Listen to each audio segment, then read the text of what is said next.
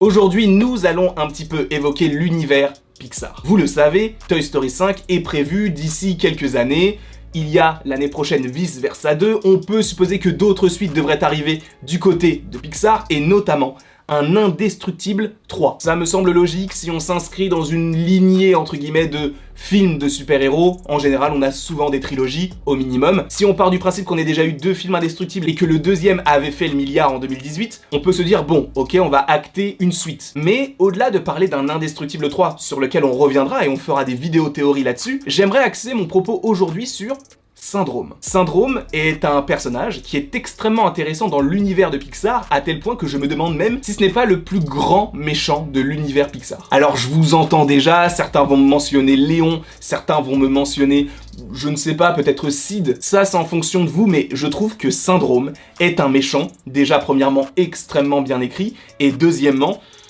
qui est tout simplement à la fois ringard mais extrêmement charismatique, et je trouve que son personnage, dans le lore des Indestructibles, fonctionne très très bien. Pour rappel, Syndrome à la base c'est Indestructiboy, donc Buddy de son vrai nom, qui était fan de Monsieur Indestructible et qui essayait d'aller dans son sens en essayant d'être un petit peu son Robin, en essayant d'être son acolyte, en créant des gadgets, en mettant des fusées à ses bottes, et justement un jour où il va vouloir aider Monsieur Indestructible, eh bien il va y avoir un petit problème. C'est-à-dire que Monsieur Indestructible va rencontrer Folamour qui va coller une petite bombe sur le personnage de Buddy, et pour le sauver, Monsieur Indestructible va devoir un petit peu s'en prendre à ses bottes pour enlever la bombe, et ça va causer quand même pas mal de problèmes avec, et à la suite de tout ça, on aura Buddy qui finira par se faire emmener par la police entre guillemets, en tout cas ramener chez lui, et à la suite de tout ça, il va vouer une haine aux super-héros, mais surtout à Monsieur Indestructible. Et j'ai vraiment bien aimé parce que quand t'es tout petit, tu ne fais pas attention, tu te dis bon Buddy c'était juste un personnage comme ça, et là Syndrome c'est un tout autre méchant, et quand il te dit je suis ton plus grand fan, qui était donc une phrase qu'il disait quand il était petit à Monsieur Indestructible, tu te dis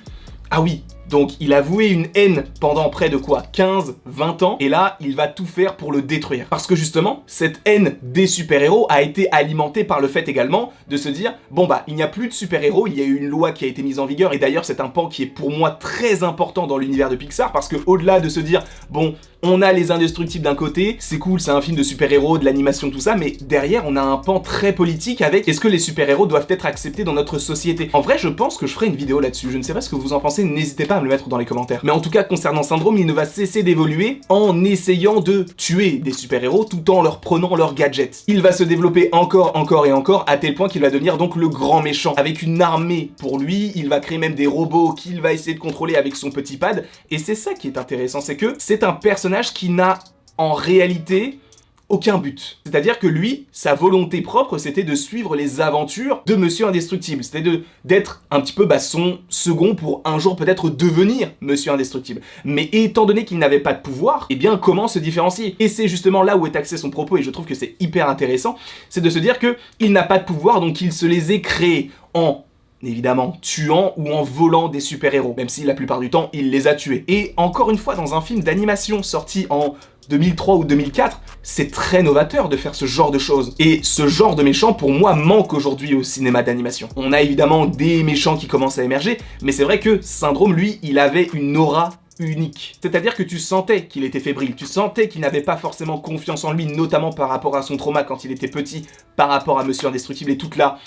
le culte qu'il lui vouait, mais tu sens véritablement qu'il a une hargne en lui, mais au-delà d'avoir la volonté, il n'a pas la force d'agir. C'est pour ça qu'il va essayer d'agir secrètement, en essayant de voler tel personnage, en les tuant, et donc de devenir le Syndrome que nous connaissons aujourd'hui, avec en plus le S sur son torse, qui fait bien évidemment référence à Superman, et je pense que c'est aussi une critique de cet aspect-là, en faisant ce parallèle de Superman vient de l'espace, il est arrivé sur Terre, il est devenu le mec le plus bienveillant, il était déjà comme ça. Lui, Syndrome, il a été créé par lui-même de toutes pièces. Parce que au-delà du fait que le petit était un peu fou, puisqu'il se mettait quand même en danger, puisqu'il avait quand même confectionné des bottes pour voler dans la rue, moi ce qui m'intéresse beaucoup c'est qu'il dit « je voulais seulement t'aider ». Donc en vérité, son fond était évidemment très bon, et l'évolution du personnage que nous n'avons pas vu, puisque c'était une ellipse, est géniale dans sa forme, puisque on n'a pas besoin de voir ce qu'il s'est passé pendant toutes ces années, juste le fait de se dire que tous les super-héros sont morts, et que lui a récupéré chacune des choses de ses super-héros, tu sens à quel point il devient puissant. Donc pour toutes ces différentes formes et toutes ces choses-là, Syndrome pour moi est l'un des meilleurs méchants de l'univers de Pixar. Et je voulais vraiment axer mon propos sur sa complexité, puisque t'as vraiment l'impression que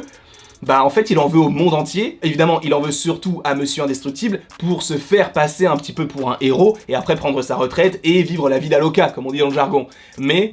je trouve que c'était vraiment bien construit de faire en sorte que Syndrome soit en fait, justement, un syndrome. Quoi qu'il en soit, je vous remercie grandement d'avoir regardé cette vidéo. N'hésitez surtout pas à l'aimer, à la partager, à la commenter et à vous abonner, si ce n'est pas déjà le cas. Et après tout ceci, il ne me reste plus qu'à vous dire à la prochaine,